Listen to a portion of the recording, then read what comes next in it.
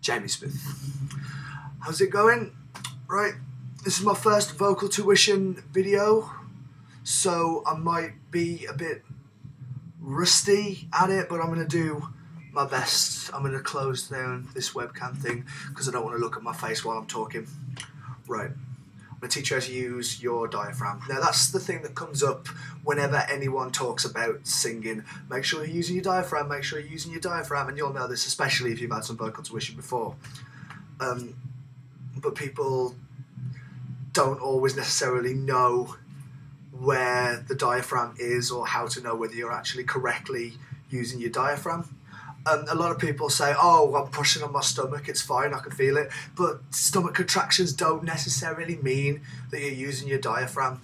Now, what I'm about to teach you can apply to clean vocals as well, but this is primarily alternative vocal coaching, i.e. screamers and metal vocalists. So, pay attention. That's where your diaphragm is. You're not going to want to go down here in your stomach. You want to be pressing there. Follow your ribcage down right to the bottom of your sternum. There. Right there. Under your ribcage. The best way to check whether you are actually using your diaphragm is to try and push on that muscle and then do really deep inhales and exhales. What you want to do, but the way that we're tailored to breathe is that when we breathe in, we sort of suck air in, and then when we breathe out, we blow air out. What you want to do is you want to inflate yourself, kind of like a balloon. So when you're breathing in, and then you're breathing out, and you should be able to feel it contracting and then retracting. And you feel ridiculous doing it. Like, I do it all the time. Like, that's the best advice I could give you. Just do it whenever you can. Like, I'm at the bus stop, I'm there like... There's an old lady next to me looking at me like I'm a crackhead or something, but it's fine because if you do it whenever you can, and eventually you'll have control over that muscle.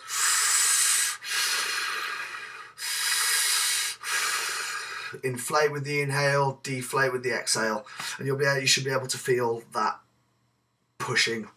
Now, how do you apply this to screaming? Well, it's very important that you use it and you force all the air from the diaphragm rather than forcing from the throat. Because especially if you're in a touring band or you've just started out, and anyone can scream, anyone can do the metal grunts, but it's technique. Because if you're doing it from the throat, all you're going to do is find after 3 band practices that you can't do it anymore. You know what I mean? That you've got days and days and days and days and days at a time that you're talking like this, like a bloody Dalek with asthma. So using the diaphragm, yeah, you still sort of lose your voice, but it's generally only for a day or so. Right, diaphragm screaming. Essentially, the scream, the guttural sound is that, you know, when you've had a bad day or something's annoyed you and you're like,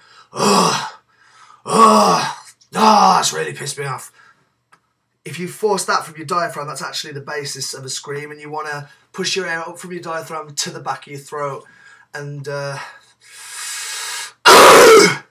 kind of like that, and then you start just do that more and more, like,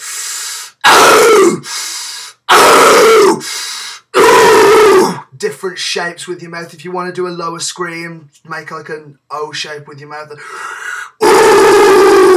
You want to do a mid-range scream, it's more of an open. The more you open your mouth, the higher your screams are, so you can go right from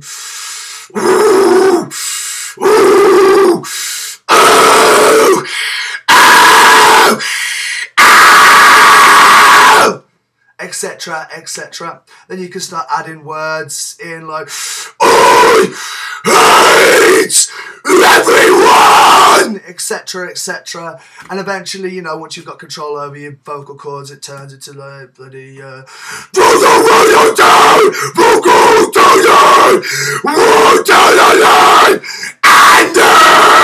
so you just, it's just a technique to use to make sure that you're not constantly screaming from the throat, because we've all been at that stage where we've all been 40, we've all heard Bullet for My Valentine for the first time, think that metal's the best genre ever, immediately join a metal band, start screaming and fuck up our vocal cords, and eventually, like, especially if you're a professional musician, you're just not going to have them left. So it's very important to use your diaphragm.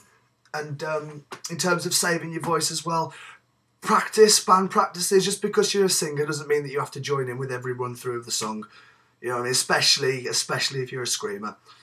Sometimes it's just best to just like, okay, I'm going to run through the set once with you guys, and then, you know, I'll just speak my lyrics, save my voice, you know what I mean? Because screaming is a very taxing on the throat and on the head. But if you use your diaphragm, make sure that you're using that muscle there and not pressing around here where I've seen most people press, you know what I mean?